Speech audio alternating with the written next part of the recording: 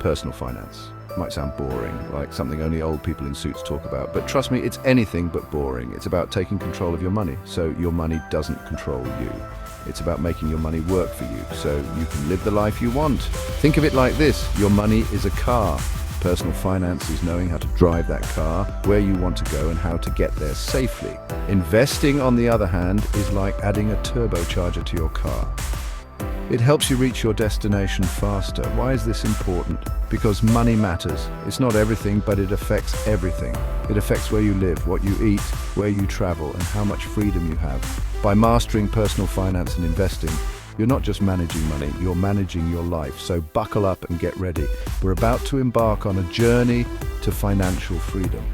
No more feeling lost or intimidated by money. We're going to break it down, make it simple, and empower you to take charge of your financial future. First stop on our journey: budgeting. It's not about restricting yourself, it's about understanding where your money is going.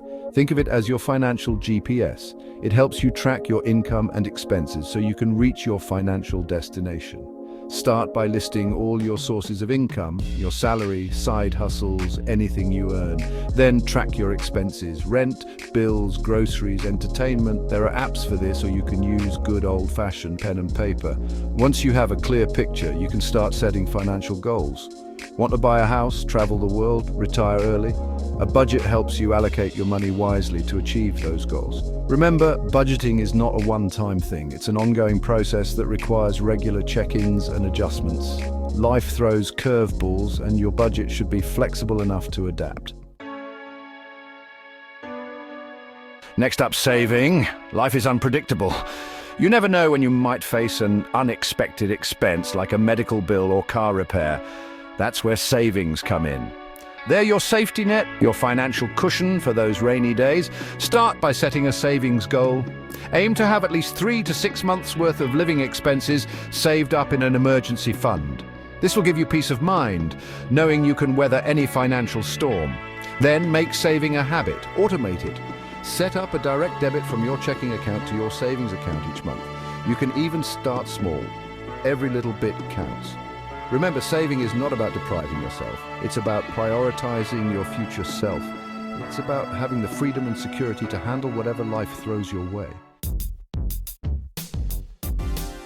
Now let's talk about expenses. These are the things you spend your money on. Some are essential, like rent and food. Others are discretionary, like eating out and entertainment. The key here is to be mindful of your spending habits. Are you spending money on things you don't need or even really want? Could you be getting better deals on your bills or groceries? Remember, small changes can make a big difference over time. Cutting back on your daily coffee or negotiating a better rate on your phone bill can free up extra cash that you can save or invest. Don't be afraid to ask for discounts, shop around for the best deals, and cut back on unnecessary expenses. It's your money, and you have the power to control where it goes. Section 5. Investing. Growing your money like a money tree. We've covered the basics of personal finance. Now, let's talk about investing. This is where things get exciting. Investing is like planting a money tree. You're putting your money to work for you so it can grow over time. There are many different types of investments, like stocks, bonds, and real estate. Each has its own level of risk and potential return. We'll dive deeper into these later. The key is to start early and be consistent. The power of compound interest is incredible. It's like magic. The earlier you start investing, the more time your money has to grow. Don't be intimidated by investing. You don't need to be a financial expert to get started. There are plenty of resources available to help you learn the ropes. Section 6. Risk versus reward, the balancing act of investing. Investing always involves some level of risk. Generally, the higher the potential return, the higher the risk. It's like a seesaw. You need to find the right balance for your risk tolerance. If you're risk-averse, you might prefer low-risk investments like bonds. These offer lower potential returns, but are generally considered safer. If you're comfortable with more risk, you might consider stocks. These have the potential for higher returns, but also come with more volatility. The key is to understand your own risk tolerance and invest accordingly. Don't put all your eggs in one basket. Diversify your investments to spread the risk. Section 7. Diversification. Don't put all your eggs in one basket. Diversification is a fancy word for not putting all your eggs in one basket. It's about spreading your investments across different asset classes, industries, and geographies. Think of it like this. If you invest all your money in one company and that company goes bankrupt, you lose everything. But if you invest in a diversified portfolio of stocks, bonds, and other assets, you're less likely to be wiped out by a single event. Diversification helps to mitigate risk and potentially enhance returns over the long term. It's like having a safety net for your investments. Remember, diversification is not just about the number of investments you hold, but also about the types of investments.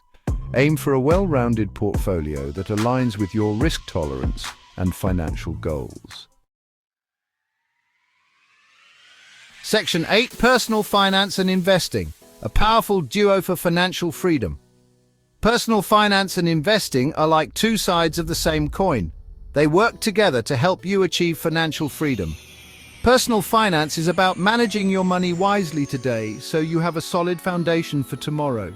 Investing is about growing your money over time so you can reach your long-term financial goals. By mastering both, you're setting yourself up for a brighter financial future. You'll have the freedom to pursue your passions, secure your family's future, and live life on your own terms. Remember, financial freedom is not about being rich. It's about having control over your finances and your life. It's about having the peace of mind that comes with knowing you're financially secure. Section 9. Take control of your financial future. Start today. Congratulations! You've reached the end of our journey to financial freedom. You've learned the basics of personal finance and investing, and you're empowered to take control of your financial future. Remember, it's never too early or too late to start. The most important step is to take action. Start small, be consistent, and don't be afraid to ask for help along the way. There are plenty of resources available to support you on your journey. From financial advisors to online communities, there's a wealth of knowledge at your fingertips. So, what are you waiting for? Take charge of your money, invest in your future, and start living the life you deserve. The power is in your hands.